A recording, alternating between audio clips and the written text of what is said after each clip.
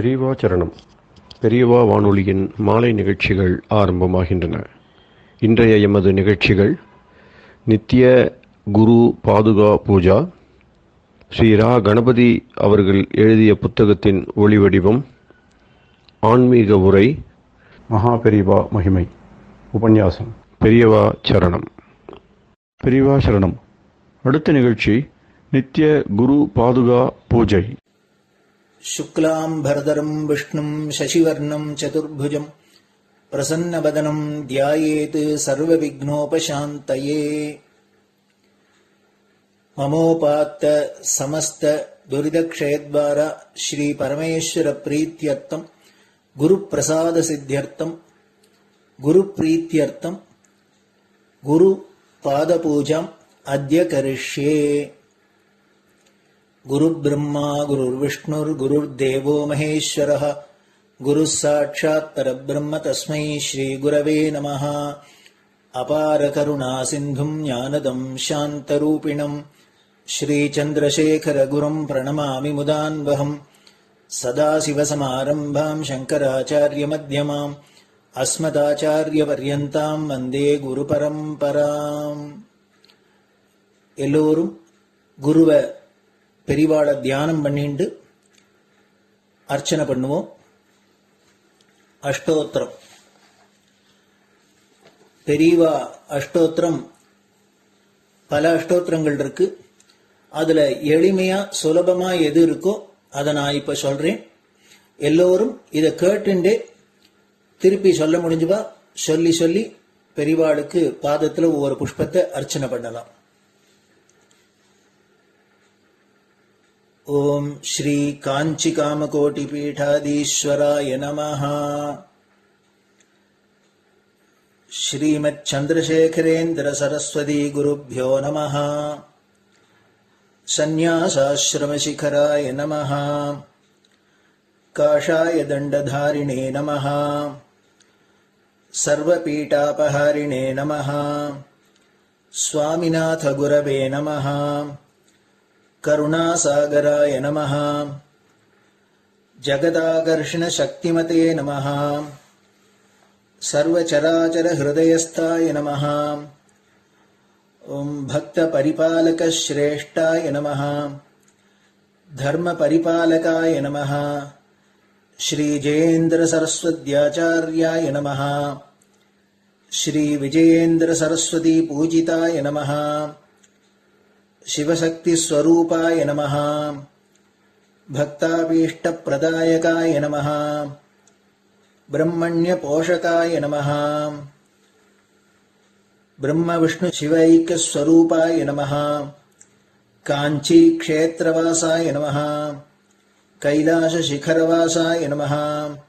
स्वधर्म परिपोषकाय नमः. चातुर्वर्ण संरक्षकाय नमः. लोकरक्षण संकल्पाय नमः. ओम ब्रह्मनिष्ठापराय नमः. सर्वपापहराय नमः. धर्मरक्षक संतुष्टाय नमः. भक्तार्पितधन स्वीकर्त्रे नमः. सर्वोपनिषत् सारज्ञाय नमः. सर्वशास्त्रगम्याय नमः. सर्वलोक पितामहाय नमः. भक्ताभीष्ट प्रदायकाय नमः. ब्रह्मण्य पोषकाय नमः. नानाविध पुष्पार्चितपताय नमः. रुद्राक्ष क्रीडधारिणे नमः. भस्मोद्दोलित विग्रहाय नमः. सर्वज्ञाय नमः. सर्वचराचर व्यापकाय नमः.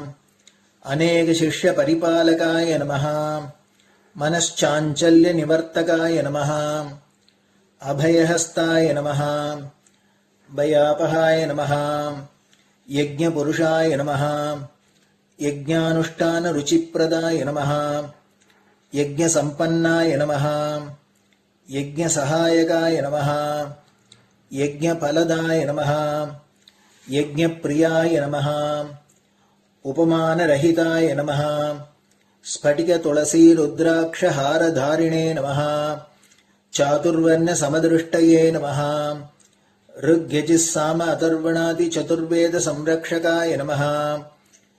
दक्षिणामूर्तिस्वरूपाय नमः जाग्रत् स्वप्न सुषुप्ति अवस्थातीताय नमः कोटिसूर्यतुल्य तेजोमय शरीराय नमः साधुसंग संरक्षकाय नमः अश्वगज गोपूजा निर्वर्तकाय नमः गुरुपादुक पूजा तुरंतराय नमः कनकाभिषिक्ताय नमः स्वर्ण बिल्वदल पूजिताय नमः सर्वजीव मोक्षदाय नमः मूकवाक्तान निपुणाय नमः नेत्र दीक्षादानाय नमः द्वादशलिंग स्थापकाय नमः गान रसप्रियाय नमः ब्रह्मज्ञानोपदेशकाय नमः सकलकलासिद्धिताय नमः चातुर्वण्य पूजिताय नमः अनेकभाषा संभाषण कोविताय नमः अष्टसिद्धिप्रदायकाय नमः ओम श्री शारदामठ सुस्थिताय नमः नित्यान्नदान सुप्रीताय नमः प्रार्थना मात्र सुलभाय नमः पादयात्रा प्रियाय नमः नानाविध मतपंडिताय नमः श्रुति स्मृति पुराणज्ञाय नमः देव यक्ष किन्नर किंपुरुष पूज्याय नमः श्रवणानंदकर कीर्तये नमः दर्शनानंदाय नमः अद्वैतानंदभरिताय नमः अव्याज करुणामूर्तये नमः शैव वैष्णवादिमान्याय नमः श्री शंकराचार्याय नमः दंडकमंडलोहस्ताय नमः वीणा मृदंग सकलवाद्यनाथस्वरूपाय नमः रामकथा रसिकाय नमः वेद वेदांग आगमादि सकलकला सतस्प्रवर्तकाय नमः हृदय गुहाशयाय नमः शतरुद्रीय वर्णितस्वरूपाय नमः केदारेश्वरनाथाय नमः अविद्यानाशकाय नमः निष्कामकर्मोपदेशकाय नमः लघुभक्तिमार्गोपदेशकाय नमः लिंगस्वरूपाय नमः सालग्राम सूक्ष्मस्वरूपाय नमः कालड्यां शंकरकीर्तिस्तंभ निर्माणकर्त्रे नमः जितेन्द्रियाय नमः शरणागतवत्सलाय नमः श्रीशैलशिखरवासाय नमः डमरुकनाद विनोदाय नमः वृषभारूढाय नमः दुर्मदनाशकाय नमः आभिचारिक दोषहर्त्रे नमः मिताहाराय नमः मृत्युविमोचकशक्त्याय नमः श्रीचक्रार्चन तत्पराय नमः दासानुग्रहकारकाय नमः अनुराधा नक्षत्रजाताय नमः सर्वलोकख्यातशीलाय नमः वेंकटेश्वर चरणपद्म षट्पदाय नमः श्री महात्रिपुर सुंदरी समेत श्री चंद्रमौलीश्वर पूजा प्रियाय नमः श्रीमच्चंद्रशेखरेन्द्र सरस्वती सद्गुरु परब्रह्मणे नमः गुरुभ्यो नमः परमगुरुभ्यो नमः परमेष्टिगुरुभ्यो नमः परात्परगुरुभ्यो नमः गुरुपरंपराभ्यां नमः गुरुपादुकाभ्यां नमो नमः. அடுத்தது ஊதுபத்தி இருந்தா அதை காமிச்சு தூபம், நெய் தீபம் இருந்தா காமிச்சு அதை நெய் தீபம் தீபம் காமிச்சுட்டு நைவேத்தியம் வெத்தலைப்பாக்கு பழம் இதுலேருந்து ஆரம்பிச்சு அவளுக்கு எது சௌரியமோ அதுபடி நைவேத்தியம் பண்ணலாம். அதுக்கு அடுத்தது கற்பூர ஹாரத்தி பண்ணி எல்லோரும் பிரதட்சிண நமஸ்காரம் பண்ணி பெரியவாள்கிட்ட பிரார்த்தனை பண்ணிண்டு எல்லோரும் க்ஷேமமா இருக்கணும், லோகம் பரம மங்களமா சௌக்கியமா இருக்கணும், எல்லோரும் வியாதி வெக்க இல்லாத ஆயுராரோக்கிய ஐஸ்வர்யத்தோட சாந்தம் அமைதியோட ஞான வைராக்கியத்தோட எல்லோரும் நல்லவர்களாயிருந்து நன்மையை அடையணும்னு பிரார்த்தனை பண்ணி இந்த பூஜையை தினம் செய்யலாம். குரு பிரம்மா குருர் விஷ்ணுர் குருர் தேவோ மகேஸ்வரः குரு சாட்சாத் பரபிரம்ம தஸ்மை ஸ்ரீ குரவே நமஹ. அபார கருணா சிந்தும் ஞானதம் சாந்தரூபிணம் ஸ்ரீ சந்திரசேகர குரும் பிரணமாமி முதான்வகம். சதாசிவசமாரம்பாம் சங்கராச்சாரிய மத்யமாம் அஸ்மதாச்சாரிய பர்யந்தாம் வந்தே குரு பரம்பராம். குரு பாத பூஜை நிறைவடைஞ்சது. பெரியவா சரணம். பெரியவா சரணம். பெரியவா வானொலியில் நேயர்கள் அடுத்து கேட்க இருப்பது ஸ்ரீ ரா கணபதி அவர்கள் எழுதிய புத்தகத்தின் ஒளி வடிவம். அளிப்பவர் ஸ்ரீமதி உமா சங்கர் அவர்கள். தேனினும் இனிய சொல்லான் தீச்சுடர் மேனி கொண்டான் ஊனுயிர்க்குயிரதான ஒன்றினைக் கலந்து நின்றான் ஏனினிக் கவலை நெஞ்சே இன்றுனக் அருள் செய்தான் இஞ்ஞானவான் காமகோட்டி நாதனை நம்புவோமே. ஜெய ஜெய சங்கர, ஹர ஹர சங்கர. மகாபெரியவாளின் உபன்யாசங்களை ரா கணபதி அண்ணா தெய்வத்தின் குரல் என்ற பெயரில் 7 பாகங்களாக தொகுத்து அளித்ததின் 4ஆம் பாகத்தின் அடுத்த பகுதி பண்பாடு, கவிகளின் தன்மான உணர்ச்சி. காளிதாசனும் போஜராஜனும். தொடர்ச்சி. மாறுவேஷம். தாரா நகரம் என்பதுதான் அந்த ஊர். தற்போது தார் என்று வழங்குகிறது. மத்திய பிரதேசில் இருக்கும் ஊர். விக்ரமாதித்யனின் தலைநகரமாக வித்வத் சமூகமும் கவி சமூகமும் உன்னத ஸ்திதியில் இருந்த உஜ்ஜயினிக்கு தெற்கில் 40-50 மைலுக்குள் தார் இருக்கிறது. போஜராஜ்யத்தை விட்டு எங்கே ஓடினாலும் காளிதாசனை லோகம் அடையாளம் கண்டுகொண்டு கொண்டாட ஆரம்பித்துவிடும். அப்படி கொண்டாட வேண்டாம் என்றே காளிதாசனுக்கு இருந்தது. பிராண சகாவாக இருந்த போஜன் தன்னை திரஸ்காரம் பண்ணின விட்டு லோகத்தில் வேறு யாரும் தன்னை ஆதரிக்க வேண்டியதில்லை. அப்படி ஆவதற்கு தான் விட்டால் அது அவனிடம் தனக்குள்ள உத்தமமான சிநேகத்துக்கே துரோகம் செய்கிற மாதிரி என்று காளிதாசன் நினைத்தான். அத்தனை உசந்த எண்ணம் அவனுக்கு இருந்தது. அதனால் ஊரை விட்டு ஓடின அப்புறம் தான் காளிதாசன் என்றே தெரியாமல் ஏதாவது மாறுவேஷம் போட்டுக்கொண்டு சுற்றுவது என்று முடிவு பண்ணினான். என்றைக்காவது ஒரு நல்ல காலம் பிறந்து மறுபடியும் தான் போஜனோடு சேரும்படியாக இருக்கலாம் என்பதற்காக இப்படி மாறுவேஷத்தில் உயிரை வைத்துக் கொண்டிருக்கலாம் என்று நினைத்தான். என் மாதிரி வேஷம் போட்டுக்கொண்டான் என்று கதை. அதாவது பைத்தியக்கார சாமியார் வேஷம் போட்டுக்கொண்டானாம். அவன் ஊரை விட்டு போன கொஞ்ச நாளுக்கு அப்புறம் போஜராஜாவினால் அவன் இல்லாமல் தாங்க முடியவில்லை. அதனால் அவன் குடுகுடு பாண்டி வேஷம் போட்டுக்கொண்டு காளிதாசனை தேடிக்கொண்டு புறப்பட்டான். வினோதமான ஒரு விதத்தில் அவனை கண்டுபிடித்தான் என்று கதை. இந்த வினோதமான கதை ஸ்ரீசரணர்கள் பிரிதொரு சமயத்தில் விரித்துரைத்தபடி நம் நூற்பகுதிகளில் ஒன்றில் வெளியாகலாம். நான் சொல்ல வந்தது ஒருத்தன் ராஜா என்பதற்காக கூட அவன் சொல்வதற்கெல்லாம் சலாம் போடுவது என்றில்லாமல் தங்கள் தன்மானப்படி மனசாட்சியை காப்பாற்றிக் கொண்டவர்களாக அநேக கவிகள் இருந்திருக்கிறார்கள். அவர்களில் காளிதாசனும் ஒருவன் என்பதுதான். மரபு வழி கதைகளும் ஆராய்ச்சியும். தாரா, உஜ்ஜயினி என்று 2 ஊர் பெயர் சொன்னேன். தாராதான் போஜன் ஆட்சி செய்த மாளவ ராஜ்யத்துக்கு தலைநகரம். உஜ்ஜயினி அதை அடுத்து மேற்கிலே உள்ள அவந்தி ராஜ்யத்துக்கு தலைநகர். கிருஷ்ணா கோதாவரி நதிகளுக்கிடையில் ஆதியில் விஸ்தாரமாயிருந்து இப்போது பெரார் என்கிற பகுதிக்கு மட்டும் பேராயிருக்கிற விதர்ப்பத்துக்கு வடக்காக இருப்பவை மாளவமும் அவந்தியும். தலைநகரான உஜ்ஜயினிக்கே அவந்தி என்றும் பெயருண்டு. அங்கே இருந்து ஆட்சி பண்ணின விக்ரமாதித்யன் தான் காளிதாசனின் பேற்றனாக இருந்தவன். போஜன் இல்லை.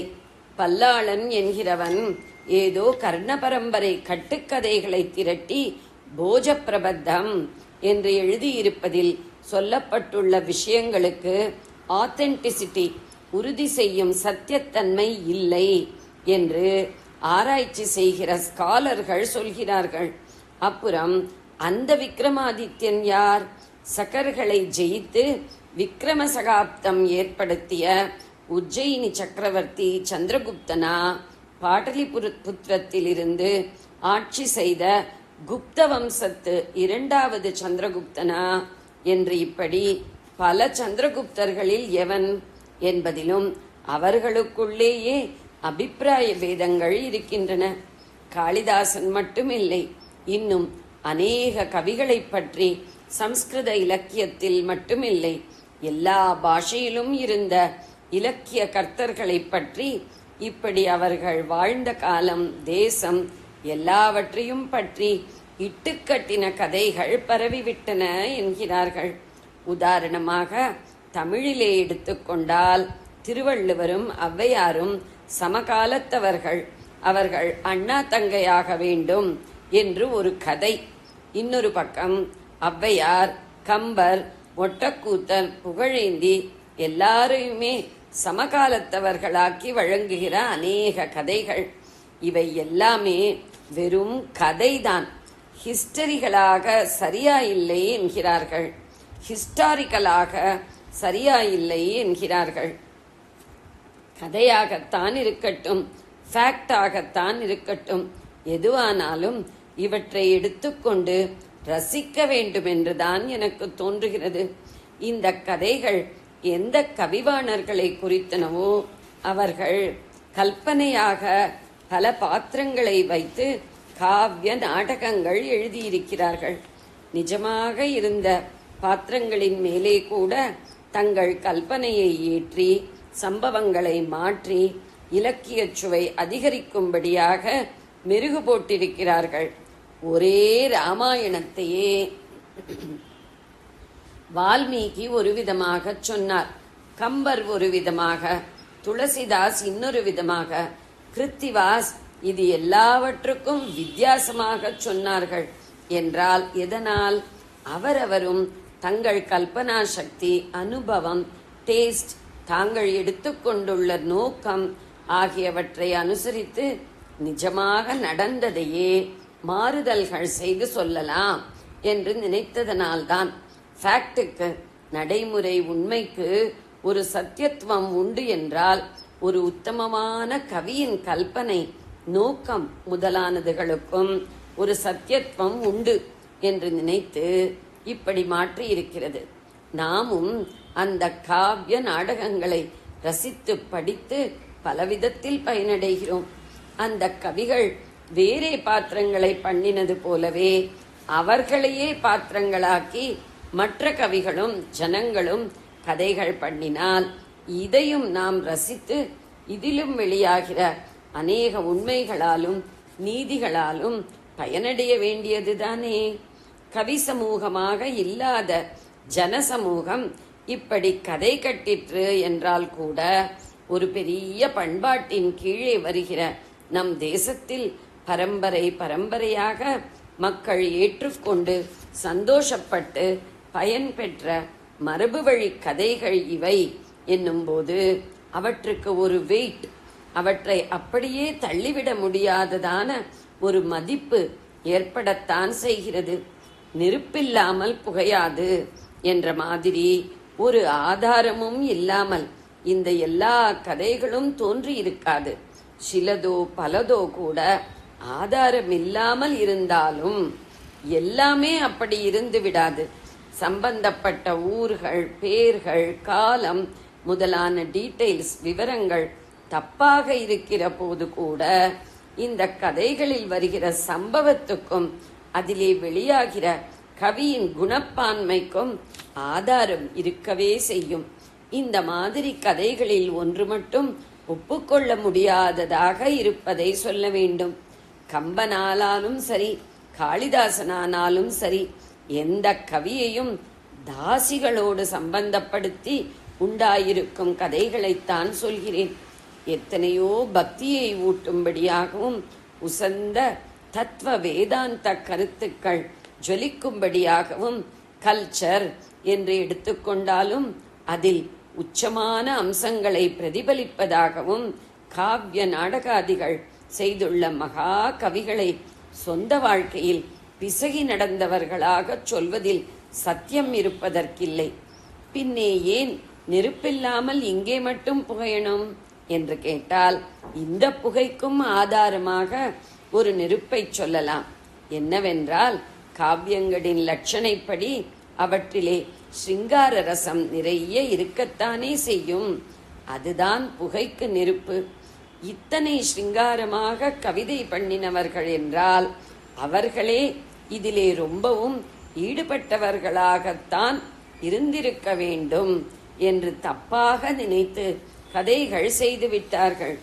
பிற்காலத்தில் நடிகர்கள், கவிகள் ஆகியவர்கள் ரொம்பவும் உல்லாசப் பேர் வழிகளாக ஆகிவிட்டதை வைத்து முற்காலத்தில் சாஸ்திரோக்தமாக ஆட்சி நடந்தபோது ராஜ சதசிலே சத் வித்வான்களும் மெச்சும்படியாக இருந்த கவிகளும் இப்படியே இருந்திருப்பார்கள் என்று நினைத்து விடப்படாது. ஒருத்தர் 2 பேர் அப்படி இருந்தும் இருக்கலாம். ஆனால் எல்லாரையும் அப்படி வைத்து விடுவது சரியில்லை. இந்த ஒரு அம்சத்தை தவிர மற்றபடி மொத்தத்தில் குறைந்தபட்சம் கதையாகவேயாவது எல்லாவற்றையும் ஏற்று ரசிக்க வேண்டியதுதான். ஜெய ஜெய சங்கர, ஹர ஹர சங்கர. பெரியவா சரணம். இந்நிகழ்ச்சியின் அடுத்த பகுதி நாளை மாலை இதே நேரத்தில் ஒளிபரப்பாகும். பெரியவா சரணம். பெரியவா சரணம். பெரியவா வானொலியில் நேயர்கள் அடுத்து கேட்க இருப்பது திரு கவிக்கண்ணன் அவர்களின் ஆன்மீக உரை. பெரியவா சரணம். ராம் ராம். ஸ்ரீ குருப்யோ நமஹ. ஜெய ஜெய சங்கர, ஹர ஹர சங்கர.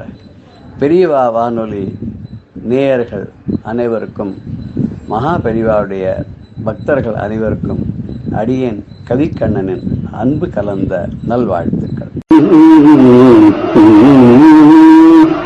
பழனி முருகனின் பதமலர் அழகு, பக்தியுடன் அவனை பணிந்திடல் அழகு. பழனி முருகனின் பதமலர் அழகு, பக்தியுடன் அவனை பணிந்திடல் அழகு. பழனி முருகனின் பதமலர் அழகு. அந்த முருகனுடைய பதம் ரொம்ப அழகு, அவனுடைய பாதங்கள் ரொம்ப அழகானவை. அதனால்தான் அந்த பாதத்தை பிடித்துக் கொள்ளணும். பக்தியோடு அவனை நாம் பணிந்தோமானால் அதுவும் அழகு. இந்த பாடல எல்லாமே அழகு அழகுன்னு வரப்படும். குழந்தை குமரனின் குறுநகை அழகு, குண்டெல்லாம் விளங்கும் காட்சியும் அழகு. குழந்தை குமரனின் குறுநகை அழகு, குண்டெல்லாம் விளங்கும் காட்சியும் அழகு. பழனி முருகனின் பதமலர் அழகு. குழந்தையாக இருக்கக்கூடிய குமரன் இங்க அழகானவன். இங்க குமரன் இது வந்திருக்கோம் இல்லையா, அதை இங்க எடுத்துட்டோம். குழந்தை குமரன், சின்ன குழந்தையாக பணியில் இருக்கானே, அந்த முருகனுடைய குறுநகை, குறுநகை இளநகை புன்சிரிப்பு, அது ரொம்ப அழகா இருக்கு. குண்டெல்லாம் விளங்கும் காட்சியும் அழகு. முருகன் தான் மலையில தான் இருப்பான்னு சொல்றோம். எல்லா மலையிலையும் முருகன் இருக்கானால அந்த ஒரு மலையிலையும் ஒரு விதமா காட்சி தரான். திருப்பரங்குன்றத்துல ஒரு மாதிரியா இருக்கு, பழனியில ஒரு மாதிரியா இருக்கு. அப்புறம் நீங்க திருத்தணிக்கு போனா அங்க வேற மாதிரி இருக்கு. ஒரு இடத்துல வள்ளி தேவியான இருக்கா, ஒரு இடத்துல பையன் ஆண்டியான்னு இருக்கிறான், ஒரு இடத்துல தேவயானையோட இருக்கான், பழமுதிர் சொல்ல 2 பேரோட சேர்ந்து இருக்கான், ஒரு இடத்துல ரூபமா இருக்கான், ஒரு இடத்துல ரூபம் இல்லாத இருக்கான். எல்லா இடத்துலயும் அவன் நிக்கிறது அழகா இருக்கு. இன்னும் என்ன அழகு, வண்ணமயில் ஏறி வருவதோ அழகு, வடிவேல் கரம் ஏந்தி நிற்பதோ அழகு. வண்ணமயில் ஏறி வருவதோ அழகு. மயில் ஏறி வராங்க, அது ரொம்ப அழகா இருக்கு. வண்ண மயில், பச்சை வண்ணத்தோட அழகான மயில். அந்த அந்த கலாப மயில், தோகை விரித்து ஆடக்கூடிய அந்த மயில் மேல உட்கார்ந்து வரும்போது அது ரொம்ப அழகா இருக்கு. வடிவேல் கரமேந்தி நிற்பதோ அழகா. கையில வேலை பிடிச்ச நின்னா அது ஒரு தனி அழகா இருக்கு. அந்த முருகன் பார்த்துட்டே இருக்கலாம், அந்த தண்டத்தை எழுந்து நிற்கிறது பார்த்தா அது இன்னும் அந்த வடபழனியில போய் பாருங்க, சந்தன காப்போ விபூதி காப்போ சாத்திருக்கு அன்னைக்கு போய் நின்னோம்னா அங்கிருந்து வரத்துக்கே மனசு வராது. அண்ணனுடன் விளையாடுவதழகு, அரணாக்க உபதேசம் தந்ததோ அழகு. அண்ணனுடன் விளையாடுவது அழகு. சின்ன குழந்தையா 2 பேரும் முருகனும் பிள்ளையாரும் அந்த கைலாசத்துல விளையாண்டு அம்மாவும் அப்பாவும் பார்த்துட்டு இருக்கச்ச அது ரொம்ப அழகா இருக்கு. இது ஒரு அகஸ்தியர் ஒரு பாடல்ல பாடியிருக்காரு, எடுத்துட்டு வரணும்னு நினைச்சேன். ஆனா அந்த பாடம் தெரிஞ்சவர் ஊர்ல இல்ல, அதனால கொண்டு வரல, இன்னொரு சந்தர்ப்பத்துல பார்க்கலாம். அந்த முருகனும் பிள்ளையாரும் எப்படி விளையாடுறான்றது கிட்டத்தட்ட ஒரு 100 பாடல் எழுதியிருக்காரு அவர். அதை பார்த்து 2 அம்மா அப்பா சந்தோஷமா சிரிச்சுக்கிறான். அவன் என்ன பண்றான்னா, தும்பிக்கையை முருகன் அளந்து பாக்குறான், இத்தனை சான்று இருக்குன்னு பாக்குறான். உடனே இவரை பண்ண உனக்கு இத்தனை தலையா இருக்குன்னு என்றாராம் இவர். அவர் கிள்ளி விடுறாராம். கிள்ளி விட்டா முருகனுக்கு எந்த தலையில கிள்ளினான்னு தெரியல, எந்த கன்னத்துல கிள்ளினான்னு தெரியலாம். 12 கண்ணா இருக்கும் இல்லையா. இப்படி இது 2 அடிச்சுக்கத்தான், இந்த அடிச்சுக்கிறது 2 பேரும் பார்த்து ரசிச்சுட்டு இருக்காளாம். இது யாரு சமாதானப்படுத்துறா அப்படின்னு கேட்டா அகஸ்தியர் சமாதானப்படுத்துறா. இப்படி ஒரு 100 பாடல்கள் எழுதியிருக்காரு. இது பின்னாடி சமயத்துல கிடைச்சதுன்னு இது முடியறதுக்கு முன்னாடி கிடைச்சாது ஏதோ 1-2 கொண்டு சொல்லலாம் அப்படின்னு ஒரு ஆசை இருக்கு. அண்ணனுடன் விளையாடுவது அழகு, அரணார்க்கு உபதேசம் தந்ததோ அழகு. அரணார் பரமேஸ்வரன் அவருக்கு உபதேசம் பண்ணான். எப்படி உபதேசம்னா தோல் ஏறி உட்கார்ந்து உபதேசம் பண்ணா இல்லையா. பிரணவத்துக்கு அர்த்தம் தெரியல, பிரம்மா உள்ள போட்டாச்சு, அவனை விடுவிச்சிருவான்னு கேட்க உமக்கு தெரியுமான்னு கேட்டான். எனக்கு தெரியுமான்னு கேட்டுக்கிட்டு உனக்கு முதல்ல தெரியுமான்னு. தெரியும் சொல்லுவேன். சொல்லணும் குரு எப்படி சொல்லணுமோ அப்படிதான் சொல்லணும், சிஷ்யர் எப்படி கேட்கணுமோ அப்படிதான் கேட்கணும். கேட்கிற விதத்துல கேட்டா குரு சொல்லுவான். சின்ன குழந்தை என்ன பண்ண, கீழே உட்கார்ந்தாராம், மண்டி விட்டு உட்கார்ந்தாராம், தோல் மேல தோல்ல உட்கார்ந்து வலத காலில் சொன்னாராம் பிரணவத்துக்கு உபதேசம். இதெல்லாம் ஒரு நாடகம் தான். இது ஏதோ அப்பாவுக்கு ஒண்ணும் தெரியல, பிள்ளைதான் சொன்னார்ந்த மாதிரிலாம் ஒண்ணு இல்லை. இதெல்லாம் ஒரு நாடகம். அதாவது ஒரு கருவியா வச்சுட்டு நம்மளுக்கு புரிய வைக்கிறதுக்காக சொல்றது. இப்படி உபதேசம் பண்ண, பிரணவ உபதேசம் பண்ண, இங்க ஞான உபதேசம் பண்ணான்னு சொல்றா இல்லையா. அது மாதிரி இங்க என்ன, அரணார்க்கு உபதேசம் செய்தது அழகுனர். எண்ணமெல்லாம் நிறையும் இனிமையோ அழகு, எழில் மிகு அறுபடை அமர்வதோ அழகு. எண்ணமெல்லாம் நிறையும் இனிமே அழகு. மனசு நினைச்சுட்டா அவ்வளவு சந்தோஷமா இருக்கு. ஒரு சர்ச்சை கவிதை சொன்னா அவ்வளவு சந்தோஷமா இருக்கு. ஒரு சொல்லி முடிச்சோன்னு, ஒரு அனுபூதி பாடி முடிச்சோன்னு, ஒரு சாமியை பார்த்தோன்னா மனசு அப்படியே இனிக்கிறது இல்லையா, திதிக்கிறது இல்லையா. தித்திக்கும் தெள்ளமுதேன்ற மாதிரி அந்த இனிமை எப்படி சொல்ல முடியும், சொல்ல முடியாது. அது கண்டார் விண்டதில்லை, விண்டார் கண்டதில்லைன்ற மாதிரி அது நம்ம அனுபவிக்கத்தான் முடியுமோ சொல்ல முடியாது. அப்படி சொல்ல முடியாத ஒரு அழகு. அவன் 6 படை வீட்டுல இருக்கக்கூடிய அதுவும் ஒரு அழகு. இன்னும் என்ன அழகு, மன்னவர் கருளும் மலர்கரம் அழகு, மாலவன் மருகனின் திருப்புகழ் அழகு. மன்னவர்க்கு அருளும் மலர்கரம் அழகு. மன்னவன் இந்த பூமியில வசிக்கக்கூடிய நம்ம எல்லாருக்கும் அருள் செய்யறானே, அவனுடைய கரம் இருக்கே, அவனுடைய கைகள், அது ரொம்ப அழகு. அந்த மாலவனுடைய மருகன், மாலவன திருமால், திருமாவுடைய மருகன் பார்வதி அவருடைய சகோதரி, அவருடைய பிள்ளை மருகன், அவருடைய திருப்புகழ் அழகுன்னு அவரை பத்தி திருப்புகழ் அருணகிரிநாதர் பாட்டுக்காரு. அது ஒன்னொன்னு திதிக்கிறது, இனிக்கிறது. அப்படி ஒரு அழகு. அப்படி முழுக்க அந்த பாடல ஒரு பாத்துருவோம்.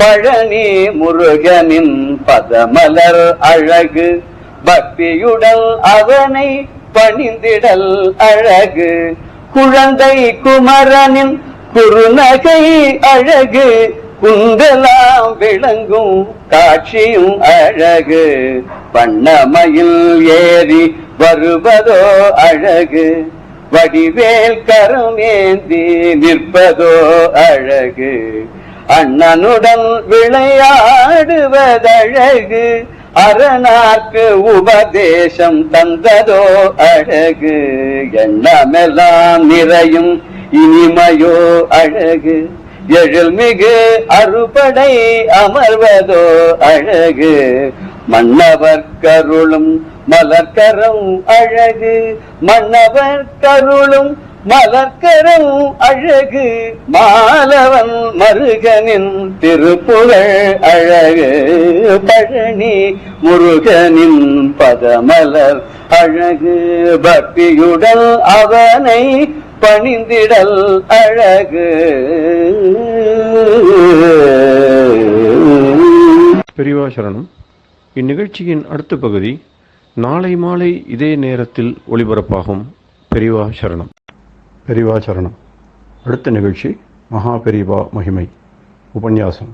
வழங்குபவர் பிரம்மஸ்ரீ கணேச சர்மா அவர்கள். அபார கருணா சிந்தும் ஞானதம் சாந்தரூபிணம் ஸ்ரீ சந்திரசேகரகுரும் பிரணமாமி முதான்வஹ. காஞ்சி மகாபிரிவா காளஹஸ்தியில் இருக்கிறதே சாதுர்மாசியம் முடிஞ்சு அங்கேருந்து தன்னோட யாத்திரையை தொடர்றதே புஷ்பகிரிங்கிற இடத்துக்கு வந்தா. புஷ்பகிரியில் ஒரு பெரிய ஆச்சாரிய பீடம் இருக்குது. வித்யாரண்ய சுவாமிகள் அப்படின்னு ஒரு மகான், அவர் வம்சத்தில் வந்தவா, அந்த பரம்பரையில் வந்தவா, அத்வைத சந்நியாச மடம். அதில் அந்த புஷ்பகிரியில் ஸ்ரீ அபினவோத்தண்ட நரசிம்பாரதி சுவாமிகள் அப்படிங்கிற ஆச்சாரியர் இருந்தார், அந்த புஷ்பகிரி மடாதிபதியா. அவர் ரொம்ப பெரியவாழ்கிட்ட ரொம்ப பிரியம் உண்டு. அந்த அபினவோத்தண்ட நரசிம்ம பாரதி சுவாமிகளோட வேண்டுகோளுக்கு இணங்க பெரியவா புஷ்பகிரிக்கு விஜயம் பண்ணினா. அந்த புஷ்பகிரிய விஜயத்தெல்லாம் முடிச்சுட்டு தன்னோட யாத்திரையை தொடர்றா. அந்த 1966 வருஷம் இன்னொரு முக்கியமான ஒரு நிகழ்ச்சி பெரியவாளோட சங்கல்பத்தினால, பெரியவாளோட ஆணையினால நடந்தது. என்ன அப்படின்னா 1966 வருஷம் நவம்பர் மாதம் 27 குருக்ஷேத்திரம் அப்படின்னு ஒன்று இருக்கு, டெல்லிக்கு பக்கத்தில் இருக்கு குருக்ஷேத்திரம். இந்த குருக்ஷேத்திரம் ரொம்ப உயர்ந்த க்ஷேத்திரம். தர்மக்ஷேத்திரே குருக்ஷேத்திரே அப்படின்னு தான் பகவத்கீதை ஆரம்பிக்கிறது. பாண்டவர்களுக்கும் கௌரவர்களுக்கும் போர் நடந்த இடம். இந்திரபிரஸ்தம் அப்படிங்கிற இந்திரபிரஸ்தத்தை தான் இன்னைக்கு டெல்லி அப்படிங்கிற பேர்ல இருக்கு. நம்ம புராணத்துல மகாபாரதத்துல சொன்ன இந்திரபிரஸ்தம் தான் டெல்லின்னு இருக்கு. அதே மாதிரி அங்க அந்த பாரத யுத்தம் நடந்தது இந்த குருக்ஷேத்திரம்ங்கிற இடம். இந்த குருக்ஷேத்திரத்துல அந்த க்ஷேத்திரமே சாநித்தியம் தான், விசேஷம்தான். ஆச்சரியமா இருக்கும். சில இடங்கள்லாம் இந்த ஊர்ல வைத்தீஸ்வரன் கோவில் அப்படின்னா அந்த கோவில், அங்க ஒரு கோவில் இருக்கும். இனிமே புஷ்கரம் அப்படின்னா அங்க ஒரு தீர்த்தம் இருக்கும். அது மாதிரி ஒவ்வொரு இடத்துல ஒவ்வொரு விசேஷம். இந்த குருக்ஷேத்திரத்தும் க்ஷேத்திரமே விசேஷம்.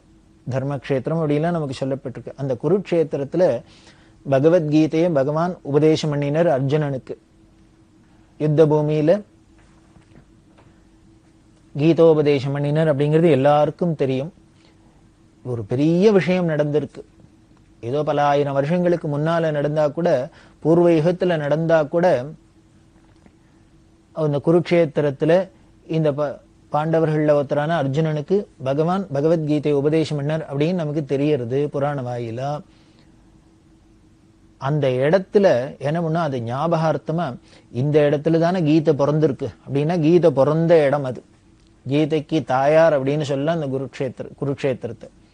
அந்த இடத்துல இந்த கீதா உபதேசத்தை வந்ததுக்கு ஞாபகார்த்தமா ஏதான ஒரு நினைவு சின்னம் எழுப்பணும் அப்படின்னு ஆசைப்பட்டு பழுங்குல குருக்ஷேத்திரத்துல 4 குதிரைகளோட அந்த ரதத்துல பகவான் அர்ஜுனனுக்கு கீதோபதேசம் பண்றாப்புல அதை ஒரு சில்பமா வடிச்சு அங்க வைக்கணும். இந்த இடத்துல தான் பகவத்கீதை வந்தது அப்படின்னு உலகத்துக்கு தெரியறாப்புல வைக்கணும் அப்படின்ட்டு அந்த கீதோபதேசத்தை, அந்த கீதோபதேச ரதம் அப்படின்பா இன்னைக்கும் போனா பார்க்கலாம் எல்லாரும். பழங்கு கல்லுல அர்ஜுனன் ரதத்துல உட்கார்ந்துருக்கிறாப்புல, கீழே தேர்தட்டுல உட்கார்ந்துட்டு சுவாமி அவனுக்கு கிருஷ்ணர் கீதோபதேசம் பண்றாப்புல இருக்கும். அது கீழே ஒரு கல்வெட்டும் வச்சிருக்கு. அந்த இடத்துல கீதோபதேசத்தை பெரிவா வச்சா, அதே மாதிரி பக்கத்துல ஆதிசங்கரருக்கும் ஒரு மண்டபம் எழுப்பி அங்கேயும் 4 சிஷ்யாலோட ஆதிசங்கரையும் வைக்கணும் அப்படின்னு வச்சா. நம்ம ஜெகத்குரும் அப்படின்னு எப்போ முன்னால இருந்த யுகத்துல பகவான் கிருஷ்ணரா வந்து கீதோபதேசம் அப்படின்னு ஞானோபதேசம் பண்ணி உலகத்துக்கு எல்லாருக்கும் நல்ல வழி கிடைக்கிறதுக்கு, நல்ல கதி அடையிறதுக்கு வழி பண்ணினர். அதுக்கப்புறம் இந்த கலிகாலத்திலையும் 2500 வருஷத்துக்கு அப்புறம் அதே பகவான் தான் ஆதிசங்கர பகவத் பாதாள் அப்படின்னு வந்து இந்த கீதைக்கும் பாஷ்யம் எழுதி அந்த கீதையோட முழு அர்த்தம் என்ன, தாத்பரியம் என்ன, அதோட உண்மையான தாத்பரியம் என்னங்கிறதுக்கு உலகத்துக்கு அதுதான் பரம அத்வைதம் அப்படிங்கிறத உலகத்துக்கு எடுத்துக்காத்த கீதா பாஷ்யம் பண்ணா இல்லையா. அதனால இந்த ஆதிகுரு கிருஷ்ணம் வந்தே ஜெகத்குருன்னு சொல்ற அவருக்கும் இருக்கணும். அதே மாதிரி ஜெகத்குருனாலே சங்கராச்சாரியர் அப்படின்னு சொல்றாப்புல இவருக்கும் இருக்கணும். அப்படிங்கிறதுனால ஆதிசங்கரையும் அங்க ஸ்தாபிதம் பண்ணினா. இதெல்லாம் நடந்தது 66ஆம் வருஷம். இது அத்தனைக்கும் பெரிவா ரொம்ப பிரயத்தனப்பட்டா. பெரிவா விஜயவாடால இருக்கிறதே அவளுக்கு 2 லட்சம் ரூபாய் சேர்த்து இவாளுக்கு கனகாபிஷேகம். பெரியவாளுக்கு 60 வருஷம் பீடத்துக்கு வந்து ஆச்சு. அந்த வைர விழாக்காக அதை பரிசா கொண்டாடணும். விஜயவாடால என்ன பண்ணா 2 லட்சம் ரூபாய் போல சேர்த்து பெரியவா என்ன சொல்றாளோ அந்த ஒரு திருப்பணிக்கு அதை செலவழிக்கணும். பெரியவாளுக்கு அது ஒரு பெரிய சன்மானமா ஒரு கௌரவப்படுத்தணும் அப்படின்னு ஆசைப்பட்டா. ஆனா பெரியவா அதுக்கு சம்மதிக்கல. எனக்கு ஒன்னும் எனக்காக அப்படின்னு சொல்லிட்டு நீங்க பணம் வாங்கிட்டு அதுவும் லட்சக்கணக்கா வாங்கி வசூல்லாம் பண்ணி செலவழிக்கிறது இஷ்டம் இல்லை அப்படின்னு சொல்லி அதை நிறுத்தணும்ட்டா. பின்னாலதான் விஜயவாடா போறா. இப்போ அதுல பல காரியங்கள்லாம் நடந்துன்னு வந்தது. ஆனா பெரியவா அதை மாட்டேன்னு விட்டா. ஏன்னா 67ஆம் வருஷம் பெரியவாளோட வைர விழா ஆண்டு. அதை அப்படி விமரிசையா கொண்டானு தீர்மானம் பண்ணியிருந்தா. பெரியவா என்ன பண்ணிட்டா, அதை கலெக்ட் பண்ணினதுல 60,000 ரூபாய் போல அது வரைக்கும் பண்ணியிருந்தா அதோட நிறுத்தணும் அப்படின்ட்டா. மேல 2 லட்சம் டார்கெட் எல்லாம் வச்சுக்க கூடாது அப்படின்னுட்டா. அந்த 60,000த்தையும் இந்த கீதோபதேச ரதம் பண்றதுக்கும் இந்த ஆதி ஆச்சாரியாளோட விக்கிரக பிரதிஷ்டைக்கான் தான் அப்படியே கொடுக்கணும் அப்படின்னு சொல்லிட்டா. இதுதான் பரம சாஸ்வதமானது, உலகத்துக்கு ஒரு நல்லது. இதை பார்த்த உடனே நமக்கு அந்த போய் அந்த இடத்துல நின்று அதை பார்க்கறதையே, தரிசனம் பண்றதையே நமக்கு கீதையை பத்தி ஸ்மரிக்க போறது, ஆச்சாரியாலை பத்தி ஒரு ஸ்மரணை வருது. அதனால அதுதான் முக்கியம் அப்படின்னு விட்டா. அப்படி இருந்தது. அந்த புஷ்பகிரி அந்த யாத்திரையெல்லாம் வரத்தை இப்படிதான் இது மாதிரி பல காரியங்கள் அங்கங்கேயும் நடந்தது. பெரியவா இருக்கிற இடத்துல தான் இப்படி நடக்கும் அப்படித்தான் நடக்கும் இல்லை, இருந்த இடத்துலேருந்தே பல இடங்கள்ல பல காரியங்களையும் நடத்துற அதிசயமூர்த்தி சாட்சாத் பெரியவா. அதுக்கப்புறம் பெரியவா கடப்பாக்கு விஜயம் பண்ணினா. கடப்பாக்கு விஜயம் பண்ணிட்டு யாத்திரையை தொடர்ந்து நிற்கத்தே இன்னொரு முக்கியமான விஷயம் நடந்தது. 1967 வருஷம் பிப்ரவரி மாசம் 12ஆம் தேதி நமது வங்காள தேசத்துல மேற்கு வங்கம் அப்படின்னு சொல்லக்கூடிய கல்கத்தா மாநகரத்துல வேத பவனம் அப்படிங்கிற ஒன்றும் நிர்மாணம் பண்ணப்பட்டது. பெங்காலிஸ்லாம் பல பேர் சாமவேதிகள், சாமவேத சாகையா உடைவார். பெங்காலிஸ்ல பார்த்தீங்கன்னா நிறைய சாமவேதிகள் இருப்பா. இன்னைக்கு பார்த்தீங்கன்னாக்க இவாளுக்கு என்ன வேதமா சாமவேதமா எல்லாம் ஒன்றும் தெரியாது. அதாவது காலப்போக்குல இந்த காலத்தோட கோலம் எல்லாரும் நம்மளோட சுயமான ஐடென்டிட்டியை விட்டு, நம்மளோட சுய ரூபத்தை விட்டு ஏதோ ஒரு வேஷத்தை போட்டுன்னு ஏதோ வைத்து பழுப்புக்காக என்னமோ நாடகம் ஆடின்னு இருக்கும். அதனால என்ன பண்ணி நான் பெரியவா இந்த வங்காளத்துல சாமவேதம் ஜாஸ்தியா இருந்திருக்கு, சாமவேதிகள்லாம் ஜாஸ்தி இருந்திருக்கா. அதனால திருப்பி அவளுக்கு இந்த வேத ருச்சி வரணும், அவளுக்கு இதெல்லாம் பத்தி பெருமையை தெரிஞ்சுக்கணும், அந்த வேத கல்ச்சர் அவளுக்கு வரணும் அப்படிங்கிறதுனால என்னன்னா அங்க ஒரு வேத பவனம் அப்படின்னு ஒன்றும் நிர்மாணம் பண்ணணும்னு வந்த சில பக்தர்கள்லாம் சொல்லி ஏற்பாடு பண்ணியிருந்தா. அதுக்கு இடம்லாம் வாங்கப்பட்டது, பெருசா கட்டியாச்சு. அந்த 67ஆம் வருஷம் தான் அது ஓப்பன் பண்ணினா. அப்போ ஓப்பன் பண்றதே அதுக்கு என்னன்னா பெரியவாளோட முயற்சினால வந்திருக்கிறதுனே சங்கர மடம்னே பேர் வைக்கணும் அப்படின்னு வச்சா. பெரியவா வைக்கப்படாது அப்படின்னு விட்டா. வேத பவனம்னு இருக்கணும், அது வேதத்துக்கு இடமா இருக்கணும் அப்படின்னு சொல்லி அதுக்கப்புறம் அங்க பாடசாலையா நடந்து ரொம்ப பிரமாதமா நடந்துட்டு இருக்கு. இன்னி வரைக்கும் அது ரொம்ப சிறப்பா இயங்கிட்டு வருது. பல காரியங்கள் நடந்திருக்கு. அந்த வேத பவனம் வர்றதுக்கு அந்த இடத்துலதான் வர்றதுக்கு எப்படிலாம் நடந்துன்னா ஆச்சரியமா இருக்கும். அது ஒரு வங்காளத்தார்ட்ட சொந்தமான இடம். அதை இந்த கமிட்டிக்காரெல்லாம் வாங்கணும் அப்படின்னு தீர்மானம் பண்ணியிருந்தா. அந்த இடமா இருந்தா பரவாயில்லன்னு சொல்லி பெரிய அபிப்பிராயப்பட வாங்கலாம் அப்படின்னா அவர் தர சம்மதிக்கல.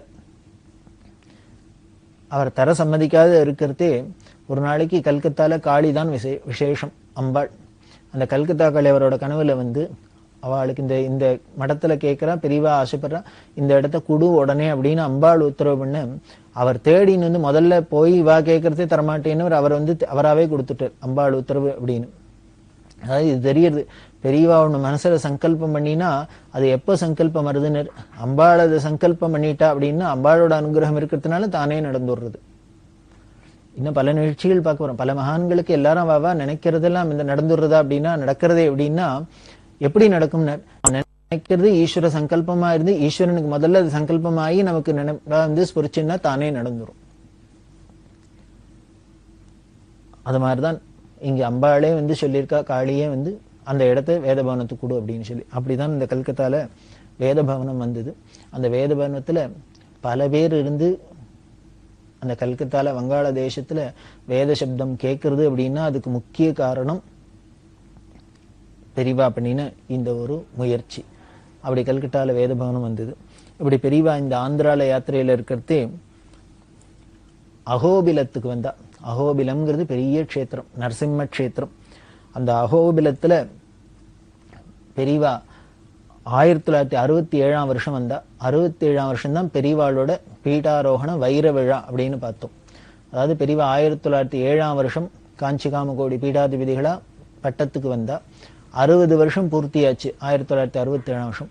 அந்த 60வது வருஷ பூர்த்திய வைர விழாவா கொண்டாடணும் அப்படின்னு பக்தாள்லாம் ரொம்ப ஆசைப்பட பெரியவா முன்னாலே சொன்னேன், பெரியவா அதுக்கெல்லாம் சம்மதிக்கல.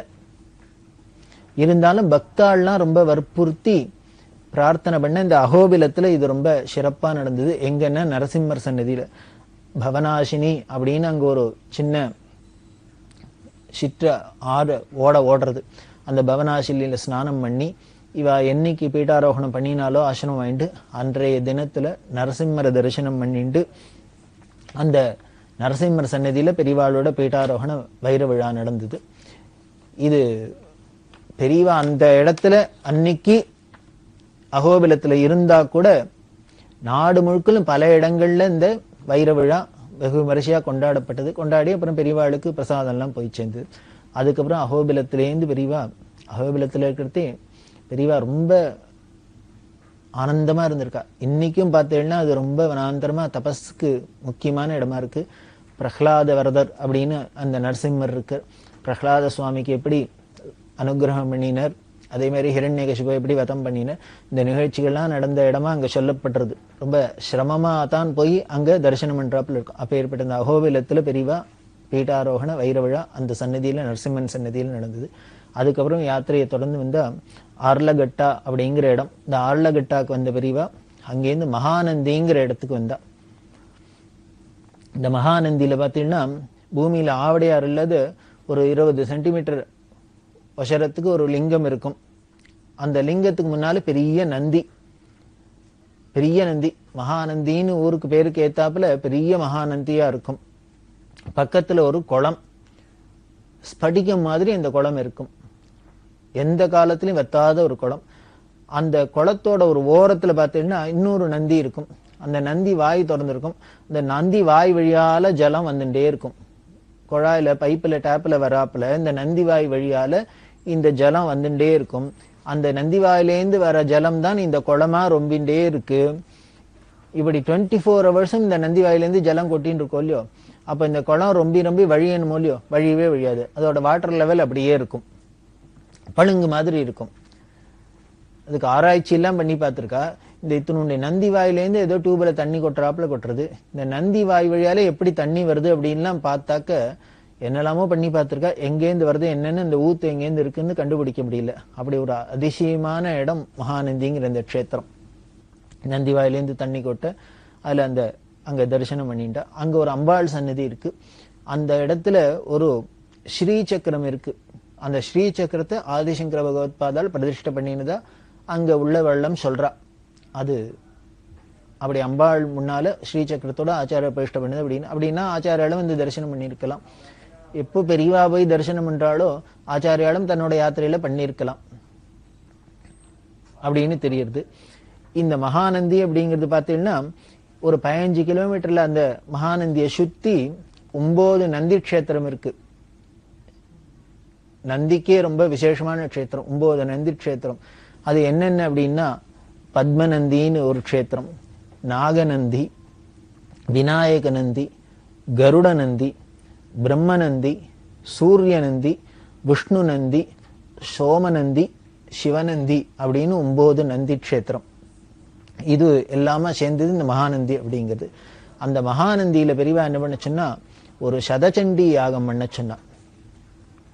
ஏன்னா அந்த அம்பாள் சந்நிதி ரொம்ப விசேஷமா இருக்கு. அதுல ஆச்சாரியால் பிரதிஷ்டை பண்ணினதா சொல்லப்படுற ஸ்ரீசக்கரம் இருக்கிறதுனால அந்த இடத்துல சதச்சண்டி ஹோமம் பண்ணணும் அப்படின்னு பெரியவா சொல்லி அங்க சதச்சண்டி யாகம் நடந்தது. பெரியவாளோட பீடாரோகண வைர விழாவும் இருக்கு. இதை ராஜ்யமா வச்சு அங்க ஒரு சதச்சண்டி நடந்தது. அதுக்கப்புறம் இந்த மகாநந்தி தரிசனத்தை முடிச்சுன்னு நந்தியால்ங்கிற இடத்துக்கு வந்தா. அங்கேருந்து கர்னூல்லேருந்து பெரியவா சிவராத்திரியை உத்தேசிச்சு ஸ்ரீசைலத்துக்கு வந்தா. ஸ்ரீசைலம் அப்படிங்கிறது ரொம்ப வசந்த க்ஷேத்திரம். ஸ்ரீசைலத்தோட பெருமையை நமக்கு புராண இதிகாச வாயிலெல்லாம் ரொம்ப தெரிஞ்சுக்கலாம். ரொம்ப அவசியம் எல்லாரும் தரிசனம் பண்ண வேண்டிய க்ஷேத்திரம். அதுவும் சிவராத்திரிக்கு ஸ்ரீசைலத்துல தரிசனம் பண்ணும் அப்படின்னு ஒரு சம்பிரதாயம் இருக்கு. சிதம்பரம் அப்படின்னா ஆருத்ரா தரிசனம்னா சிதம்பரத்துல நடராஜாவை போய் தரிசனம் பண்றது. கார்த்திகை தீப தரிசனம் அப்படின்னா திருவண்ணாமலையில போய் தரிசனம் பண்றது அப்படிங்கிறாப்புல மகாசிவராத்திரினா எங்க தரிசனம் பண்ணணும்? ஸ்ரீசைலத்தை தரிசனம் பண்ணணுமா. அந்த ஸ்ரீசைலம் அப்படிங்கிறது ஆந்திரால இருக்கிறது. அது என்ன அப்படின்னா சேஷாச்சலம் அப்படின்னே அதுக்கு பேரு. ஆதிசேஷன் பாம்பு தானே. இந்த ஆதிசேஷன் எப்படி இருக்குன்னு வடக்கு தெற்கா நமது பாரத தேசத்துல இப்படி படுத்துன்னு இருக்காரு. பார்த்தீங்கன்னா இந்த கர்னூல்லேருந்து ஆரம்பிச்சு இந்த பக்கம் சித்தூர் வரைக்கும் பெரிய மலை, தொடர்ச்சி மலை. அது ஆதிசேஷன் அப்படின்னு சொல்லப்படுறது. இந்த ஆதிசேஷன் தெற்கு வடக்கா படுத்துன்னு இருக்கார். இந்த தெற்கு பக்கத்துல இருக்கிறதுல 7 தலையோட படுத்துன்னு இருக்காராம். அந்த 7 தலை இருக்கிற அந்த தெற்குல தலைபாகத்துலதான் வெங்கடேஷ பெருமாள்னு சுவாமி இருக்கார், வெங்கடாச்சலபதி இருக்கார். சேஷாச்சலம் சேஷாச்சலம் அப்படின்னு தானே சொல்றோம். அந்த சேஷாச்சலத்துல பார்த்தீங்கன்னா 7 மலை 7 மலை அப்படிங்கிறோம். அந்த ஆதிசேஷனோட 7 தலையுமே 7 மலையா நமக்கு இன்னைக்கு உருவப்படுத்தி தெரியறது. அதுல இந்த தலையில பெருமாள் இருக்கார். இதுக்கு கால் நடு பக்கத்துல பார்த்தீங்கன்னா அந்த அகோபிலம் நரசிம்ம சுவாமி இருக்கார். டெயில் அப்படின்னு சொல்லிட்டு வால் பகுதி கடைசியில பார்த்தீங்கன்னா வடக்கு பகுதியில பரமேஸ்வரன் இருக்கார், மல்லிகார்ஜுனேஸ்வரர் அப்படின்னு. சுவாமி பேர் மல்லிகார்ஜுனேஸ்வரர், அம்பாள் பிரமராம்பிகா அப்படின்னு. பிரமரம்னா வண்டு, வண்டா இருந்து வந்து அம்பாள் ஒரு அசுரனை கொண்டதா அங்க அந்த புலாரணங்களாம் சொல்லப்படுறது. பிரமராம்பிகே அம்பாள் இருக்கா, சுவாமி பரமேஸ்வரன் இருக்கார். இப்ப பாருங்க, ஆதிசேஷன்ல தலையில பெருமாள் இருக்கார், நடுப்புற நரசிம்மர் இருக்கார், வால்ல பரமேஸ்வரன் இருக்கார். அதனால சேஷாச்சலம் அப்படின்னு பேரு. இங்க பார்த்தீங்கன்னா ஸ்ரீசைலம் அப்படிங்கிறோம். இந்த இடத்துல வால் பகுதியில் இருக்கிறது. அதே தலைப்பகுதியில் இருக்கிற அந்த இடத்த பார்த்தாக்க என்ன சொன்னோம்னா இதே பேரை தான் சொல்றோம். என்ன பண்ணோம்னா திருமலைங்கிறோம். திருமலைன்னா என்ன, ஸ்ரீசைலம்னா என்ன, ரெண்டும் ஒண்ணு தானே. இதை சமஸ்கிருதத்துல சொல்றோம், அதை தமிழ்ல சொல்றோம். திருமலைன்னு இங்க சொல்றோம், அதுல பெருமாள் இருக்கார். அதையே அங்க ஸ்ரீசைலம்னு சமஸ்கிருதத்தை சொல்றோம், அங்க பரமேஸ்வரன் இருக்கு, மல்லிகார்ஜுனேஸ்வரர் இருக்கு. அந்த ஸ்ரீசைலம்ங்கிறது அப்படி ஒரு பெரிய விசேஷமானது. மருத மரம் அப்படிங்கிறது அங்க ஸ்தல விருட்சம், காடு. மருதம் அப்படின்னு ஒரு மரம். அந்த மருத மரத்தை ஸ்தல விருட்சமாக கொண்டு 3 மருத கஷேத்திரம் அப்படின்னு நமக்கு தேசத்துல, நம்ம பாரத தேசத்துல முக்கியமா சொல்லியிருக்கு. அதுதான் அர்ஜுனம் அப்படின்பா. அர்ஜுன விருட்சம் அப்படிங்கிறது தமிழ்ல மருத மரம் அப்படின்னு சொல்றது. இங்க தமிழ்நாட்டுல பார்த்தீங்கன்னா கோயம்புத்தூர் மருதமலை அப்படின்னே ஒண்ணு இருக்கு. அந்த மருத மரம் அர்ஜுன விருட்சம். அந்த அர்ஜுன விருட்சத்தை கொண்டது ஸ்தல விருட்சமாக கொண்டு 3ன்னு சொன்னோம். இங்க ஸ்ரீசைலத்துலதான் மல்லிகார்ஜுனம் அப்படின்னு. இதே தெற்க வந்தேன்னா திருநெல்வேலி ஜில்லால புட்டார்ஜுனம் அப்படின்னு ஒண்ணு இருக்கு. அதாவது கடையில இருக்கிறது, கீழே இருக்கிறது புட்டார்ஜுனம் அப்படின்னு ஒரு க்ஷேத்திரம்.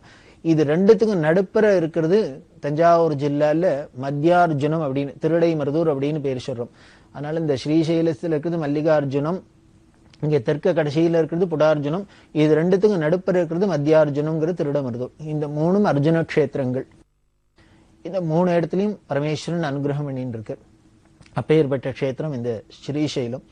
அந்த ஸ்ரீசைலத்துல 12 ஜோதிர்லிங்க கஷேத்திரத்துல ஒண்ணு. 12 ஜோதிர்லிங்க கஷேத்திரம் அப்படின்னு நம்ம பாரத தேசத்துல இருக்கலையா. பரமேஸ்வரன் முன்னமே சொன்னோம், பெரியவாளே மகா ஜோதிஸ் அப்படின்னு. அந்த ஜோதியா இருக்கிறது, அருட்பெரும் ஜோதியா இருக்கிறது, தனிப்பெரும் கருணை 12 ஜோதிர்லிங்க கஷேத்திரங்கள்ல இருக்கு அப்படின்னு சொல்லப்பட்டது. அதுல ஒண்ணு இந்த ஸ்ரீசைலம். இந்த ஸ்ரீசைலத்துல பகவத் பாதாளுக்கு ஆதிசங்கருக்கு ரொம்ப பிரியம். இந்த ஸ்ரீசைலத்துல தபஸ்லாம் பண்ணியிருக்கிற ஆச்சாரியர். பொதுவா பகவத் பாதாள் ஆதிசங்கரர் எந்த ஒரு பேர், ஊர் பேரெல்லாம் தனியா சொன்னதா தெரியல. ஆனா இந்த சிவானந்த லஹரியில 2 ஸ்லோகத்துல இந்த ஸ்ரீசைலத்தை பெயரை சொல்லியே சொல்றார். ஸ்ரீகிரி மல்லீசம் அப்படின்லாம் சொல்லி, இந்த ஸ்ரீசைலத்துல காட்டுல நான் அப்படியே உட்காந்து தபஸ் பண்ண மாட்டேன்னா, என்னை மறந்து நான் இருக்க மாட்டேன்னா, என் காதுல குருவி எல்லாம் கூடு வைக்காதா, அப்படி தேகபாவம் இல்லாத இருக்க மாட்டேன்னா அப்படின்லாம் சொல்றார். இந்த ஸ்ரீசைல சிகர தரிசனத்தையும் அந்த பிரமராம்பிகையும்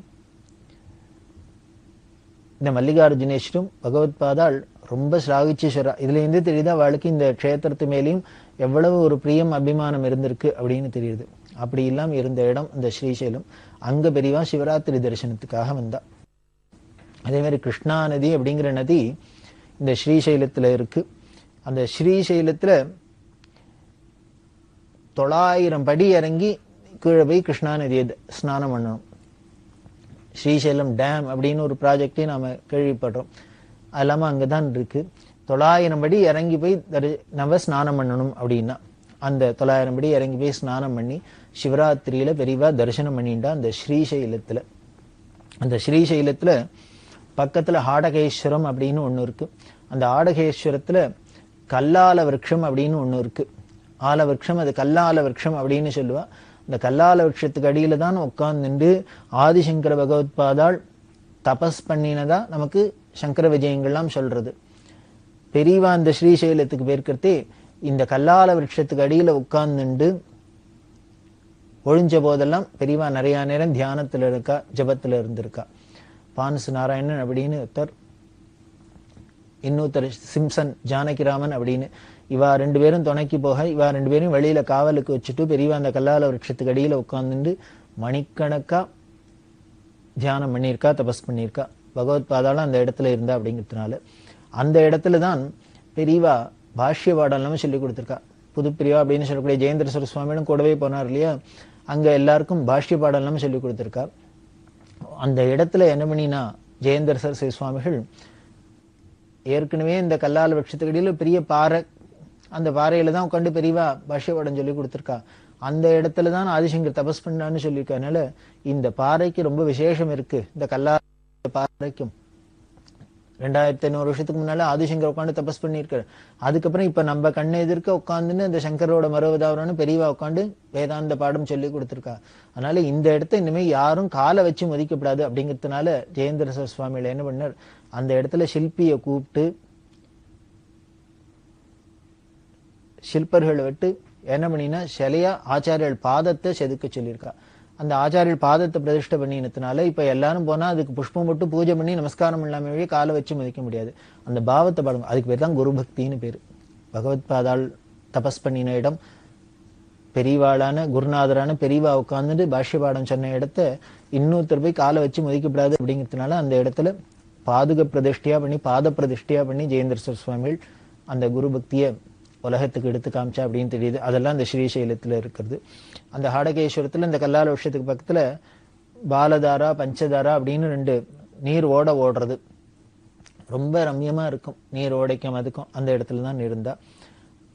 அங்க இன்னொன்னும் சாட்சி கணபதி அப்படின்னு ஒரு கணபதி இருக்கு. இந்த சாட்சி கணபதி ஸ்ரீசைலத்துக்கு போறவாள்லாம் என்ன பண்ணும்னு போயிட்டு திரும்பி வரத்தையும் இந்த கணபதி கிட்ட சொல்லிட்டு தான் போனோம். பார்த்தேன்னா அந்த பிள்ளையார் கையில ஒரு ஓலைச்சுவடி எழுத்தாணியோட இருப்பார்.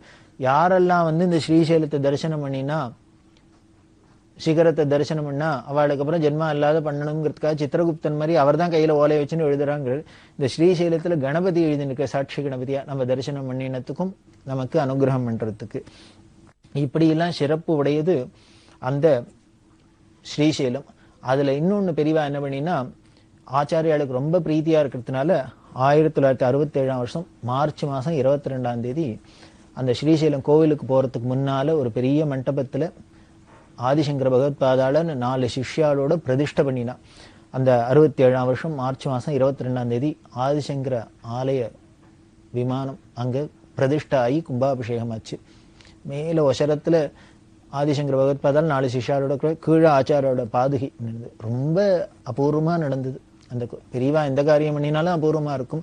அதுவும் பகவத் பாதாளுக்கு பண்றா அப்படின்னா தன்னோட குருவுக்கு பண்றா அப்படின்னா அந்த பக்தியும் பாவமும் அவளோட காமிக்கிற ஸ்ரத்தையும் சொல்லி மாளாது. அப்படி பண்ணின அந்த கும்பாபிஷேகம். அப்படி இருக்க இந்த சிவராத்திரிக்கு மறுநாள் கல்யாண உற்சவம், இந்த கும்பாபிஷேகம் அதுக்கப்புறம் கல்யாண உற்சவம் நடந்தது. இதுக்கு பல பேர் பல எல்லாம் கைங்கெல்லாம் பண்ணியிருக்கா. இந்த ஸ்ரீசைலத்துல இருக்கிறதே இன்னும் என்னென்னலாம் நிகழ்ச்சிகள் நடந்தது, இன்னும் அபூர்வமான பல நிகழ்ச்சிகள் நடந்தது, அதெல்லாம் நாம தொடர்ந்து பார்ப்போம். பெரியவாச்சரணம். இந்த நிகழ்ச்சியின் அடுத்த பகுதி எதிர்வரும் திங்கட்கிழமை அன்று இதே நேரத்தில் ஒளிபரப்பாகும். பெரியவாச்சரணம். பெரியவாச்சரணம். அடுத்த நிகழ்ச்சி திருவாசக இன்னிசை. வழங்குபவர் ஸ்ரீ சத்குருநாத தேசிகர் அவர்கள். பெரியவாச்சரணம். திருச்சிற்றம்பலம். சென்னிப்பத்து. தேவதேவன் மெய்ச்சேவகன்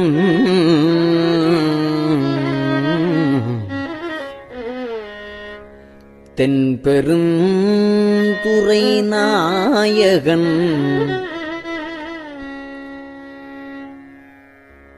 மூவராலும் அறிவுணா முதலாய ஆனந்தமூர்த்தியான்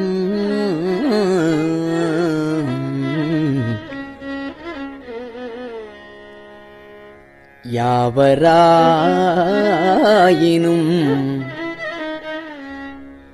அன்பர் அன்றி அறிவுணா மலர்ச்சோதியாய்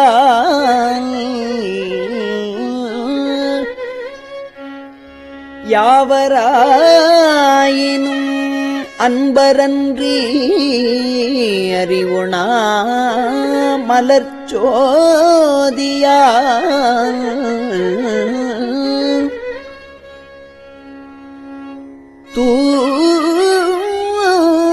தூய மாமலர் சேவடி கண்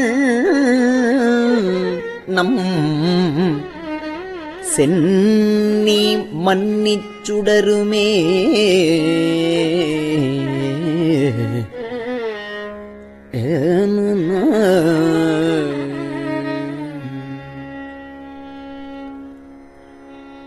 அட்டமூர்த்தி அழகன்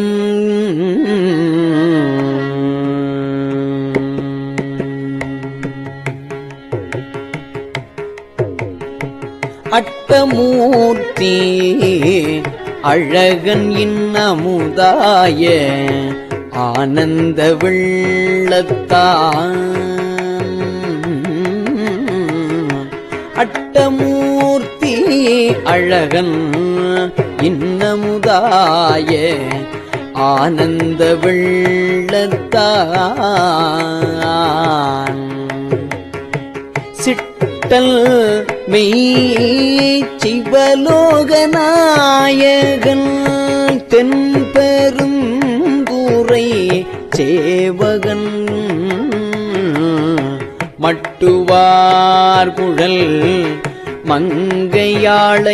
மங்கையாளையோர் பாகம் வைத்த அழகன் தன் வட்ட மாமலர் சேவடி கள் நம் செல்வி மல்லி மலருமே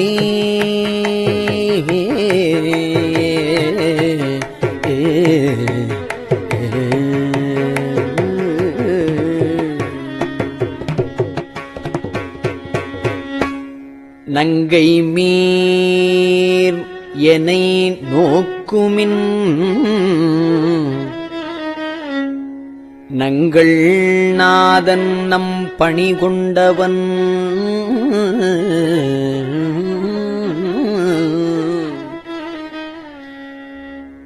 தெங்கு சோலைகள் சூழ் பெருந்துரை மேய சேவகன் நாயகன்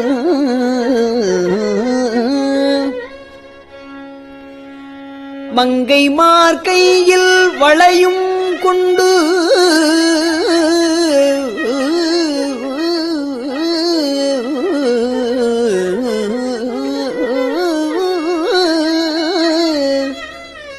மங்கை மார்கையில் வளையும் கொண்டு எம் உயிரும் கொண்டு எம் பணி கொள்வான் பொங்குமாமலர் சேவடிக்கண் நம் சென்னி மன்னி பொலியுமே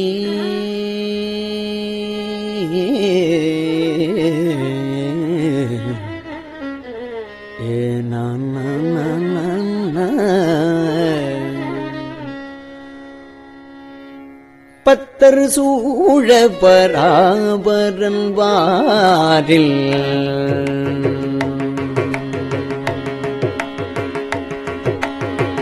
பத்தர் சூழ பராபரன் பாரில் வந்து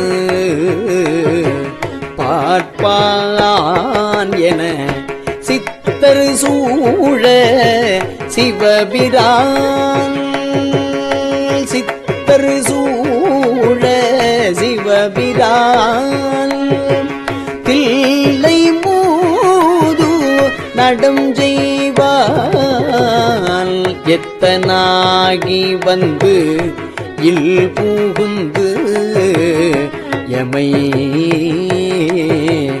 ஆளுங்கொண்டு எம் பணி கொள்வான் வைத்த மாமலர் சேவடிக்கள் நம் செல்லி மன்னி மலருமே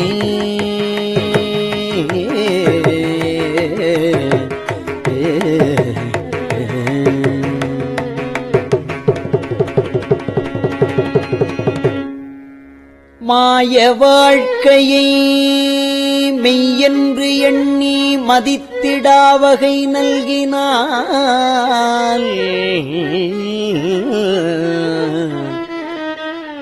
வேய தோள் உமை பங்கன் எங்கள் திருப்பெருந்துறை மேவினான்.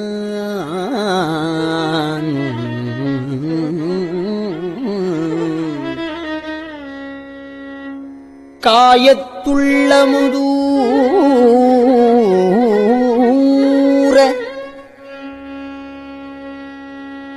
ஊர நீ கண்டுகொள் என்று காட்டிய சேயமாமலர் சேவடிக்கள் நம் சென்னி மன்னி திகழுமே.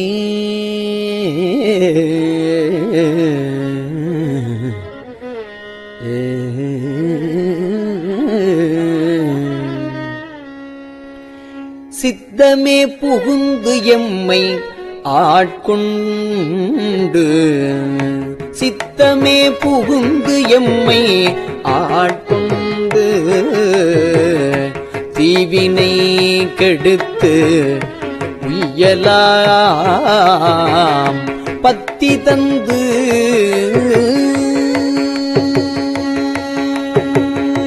பத்தி தந்து தல் பொற்கழற்கனே பன்மலர் கொய்து சேர்த்தலும் முத்தி தந்து இந்த மூலகுக்கும் அப்புறத்து எம்மை வைத்திடும் அத்தல் மாமலர் சேவடிக்கள் நம் செல்வி மன்னி மலருமே. சென்னி மன்னி மலருமே.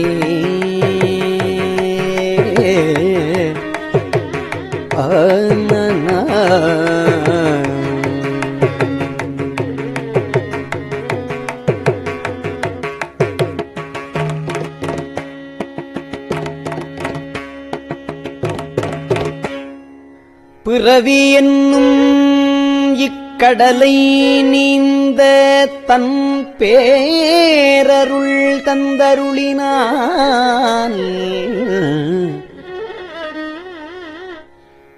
அறவை என்று அடியார்கள் தங்கள்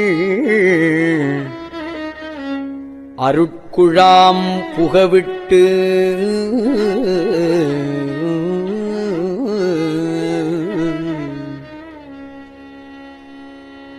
நல் உறவு செய்து எனை உய்யக் கொண்ட பிராந்தல் உண்மை பெருக்கமாம் திறமை காட்டிய சேவடிக்கள்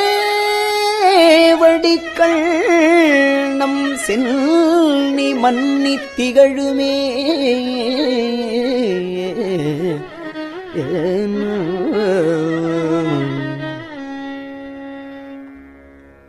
புழுவினால் பொதிந்திடு புழுவினால் பொதிந்திடு கூரம்பையில் பொய்தனை ஒழிவித்திடும் எழில்கொள் சோதி எம் ஈசல் எழில்கொள் சோதியம் ஈசல் எம்பிரான் என்னுடைய அப்பல் என்று என்று பொழுத கையினராகி தொழுத கையினராகி தூய் மலர் கண்கள் நீர் மல்கும் தொண்டற்கு தொழுத கையினராகி தூய்மலர் கண்கள் நீர் மல்கும் தொண்டர்க்கு பழுவிலாமலர் சேவடிகள் நம் செல்லி மன்னி மலருமே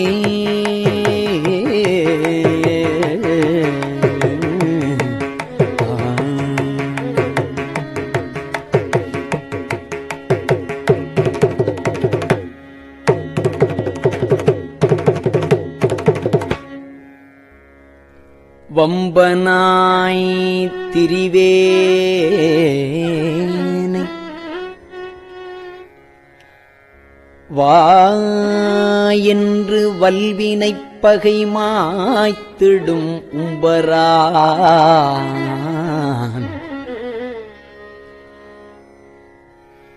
உலகு ஊடறுத்து அப்புறத்தனாய் நின்ற எம்பிரான்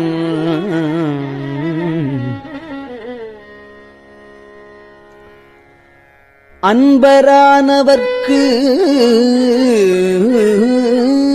அருளி மெய் அடியார்கட்கு இன்பம் தழைத்திடும்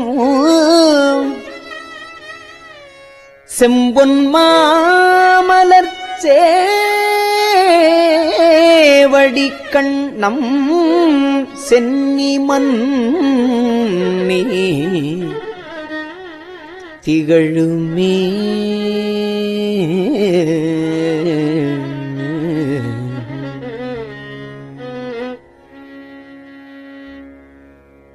முத்தனை முதற்சோதியை முத்தனை முதல் சோதியை முக்கள் அப்பனை முதல் வித்தினை சித்தனை சிவலோகனை சித்தனை சிவலோகனை திருநாமம் பாடி திரிதரும் பத்தர்கள் இங்கே வம்பின் பத்தர்கள் இங்கே வம்மின் நீர் உங்கள் பாசம் தீர பணிமீனோ சித்தமார்தரும் சேவடி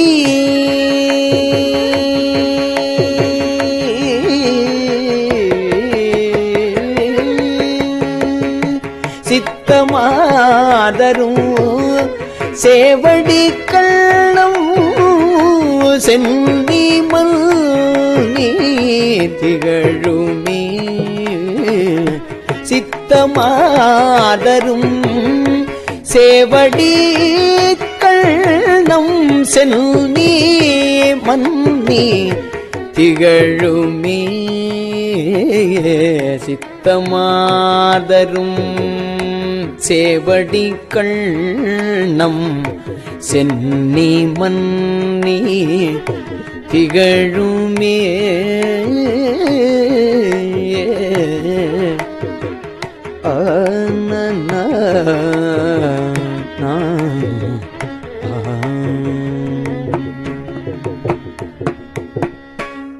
திருச்சிற்றம்பலம்.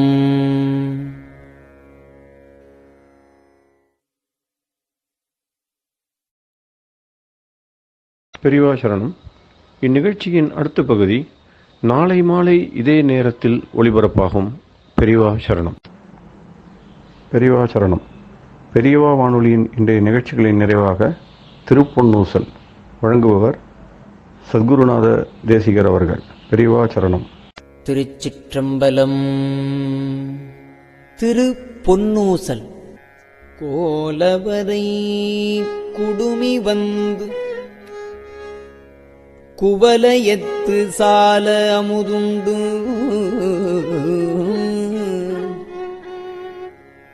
தாழ்கடலின் மீதெழுந்த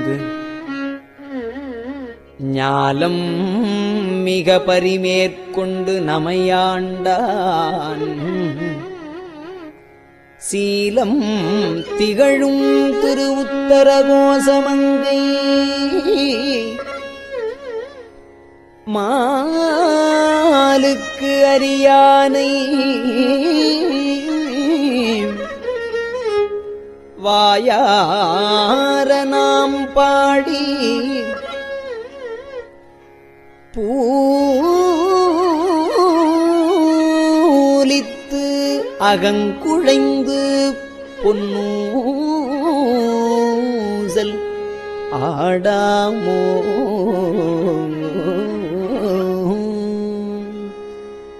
திருச்சிற்றம்பலம்.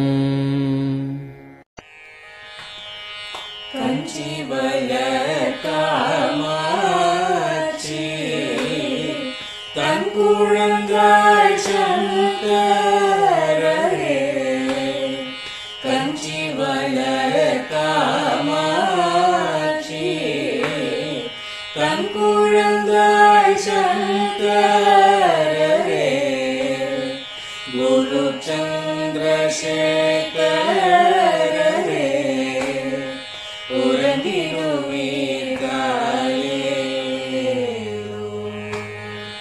உறங்கிடுவீர்களே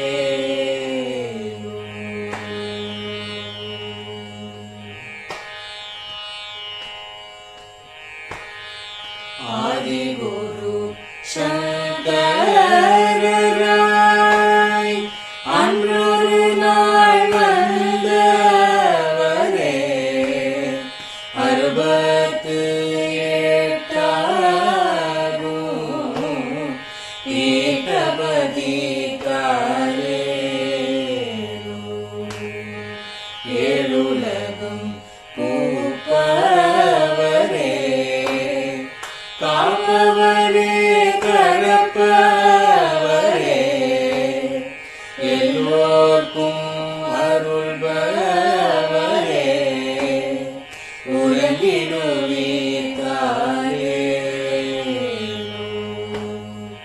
அயனுடனே மாலவனோ தேடிய பொற்பதத்தவரே அருமறைகள் சாற்றும் முயல் மலர்பதமே காலே முக்தி நிலை எய்திடவே சக்தி தரும் சத்குருவே முக்தி நிலை எய்திடவே சக்தி தரும் சத்குருவே நித்தமெங்கள் நாவீசையில் நித்திரை கொள்தாளே நித்தமெங்கள் நாவீசையில் நித்திரை கொள்தாளே நித்தமெங்கள் நாவீசையில் நித்திரை கொள்தாளே.